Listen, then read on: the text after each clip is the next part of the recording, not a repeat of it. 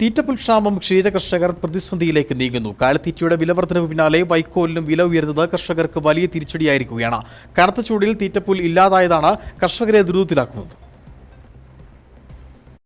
നാണ്യവിളകളുടെ വിലത്തകർച്ചയിൽ കർഷകരെ പിടിച്ചു നിർത്തുന്നത് കന്നുകാലി കൃഷിയാണ്. എന്നാൽ കഴിഞ്ഞ കുറെ കാലങ്ങളായി കന്നുകാലി കൃഷിയും നഷ്ടത്തിലായിരിക്കുകയാണ്. കാലിത്തീറ്റയുടെ അടിക്കടി ഉണ്ടാകുന്ന വിലവർദ്ധനവും പാലിന്റെ വിലക്കുറവും കർഷകരെ ദുരിതത്തിലാക്കിയിരിക്കുകയാണ്. കാലിത്തീറ്റയുടെ വിലവർദ്ധനയിൽ ദുരിതത്തിലായ കർഷകർ പച്ചപ്പുല്ല് കൊണ്ടായിരുന്നു നഷ്ടം മറികടന്നത്. സർക്കാർ കാലിത്തീറ്റയ്ക്ക് സബ്സിഡി നൽകാതായതോടെ കർഷകർ കടക്കണിയിലേക്ക് നീങ്ങി. ഈ അവസ്ഥ നിലനിൽക്കുമ്പോഴാണ് തീറ്റപ്പുൽ ക്ഷാമവും നേരിടാൻ തുടങ്ങിയത്. കനത്ത ചൂടും പുലർച്ചെയുള്ള മഞ്ഞുവീഴ്ചയും തീറ്റപ്പുല്ല് കരിഞ്ഞുണങ്ങാൻ തുടങ്ങി. തീറ്റപ്പുൽ ക്ഷാമത്തെ കർഷകർ നേരിടുന്നത് വൈക്കോൽ വാങ്ങിയാണ്. എന്നാൽ വൈക്കോലിനും തീ വിലയാണ്.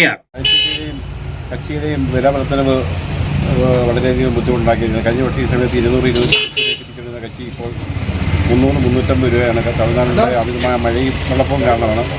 അതുകൊണ്ട് തന്നെ കാലിത്തീറ്റയ്ക്ക് വിലയുള്ളതിനാൽ ഇപ്പം നമുക്ക് വളരെയധികം പരിതാപകരമായിട്ടിരിക്കുകയാണ്. അതുകൊണ്ട് ഇതിനൊരു സർക്കാർ ഭാഗത്ത് എന്തെങ്കിലും സബ്സിഡി അല്ലെങ്കിൽ എന്തെങ്കിലും ഒരു സഹായം ലഭിക്കുന്ന മാർഗം സ്വീകരിക്കണമെന്നാണ് അഭ്യർത്ഥിക്കുന്നത്. അല്ലെങ്കിൽ ഈ ക്ഷീരമേഖല തന്നെ ഇപ്പം തന്നെ എനിക്ക് 10-12 പശു ഉണ്ടായിരുന്നു. ഇപ്പോൾ ഞാൻ 4-3 പശുവിലേക്ക് വിജയിക്കുകയാണ്. ഇടത്തരം ക്ഷീര കർഷകർക്കാണ് തീറ്റപ്പുൽ ക്ഷാമം ഏറ്റവും കൂടുതൽ പ്രതിസന്ധി സൃഷ്ടിക്കുന്നത്. വൈക്കോലിനും തമിഴ്നാടിനെയാണ് കർഷകർ ആശ്രയിക്കുന്നത്. കേരളത്തിലെ സാഹചര്യം മുതലെടുത്ത് തമിഴ്നാട് ലോബി വൈക്കോലിന്റെ വിലയും ഉയർത്തി. ഇതോടെ കന്നുകാലി കൃഷിയുമായി മുന്നോട്ടു പോകാൻ കഴിയാത്ത അവസ്ഥയിലെത്തിയിരിക്കുകയാണ് കർഷകർ. സർക്കാർ വൈക്കോലിനും കാലിത്തീറ്റയ്ക്കും സബ്സിഡി നൽകുകയും പാലിന് വില ഉയർത്തുകയും ചെയ്തില്ലെങ്കിൽ ഇടത്തരം ക്ഷീര കർഷകർ ഈ രംഗം വിട്ടൊഴിയും. K Jayakumar, Idukki vision news, Upputhara.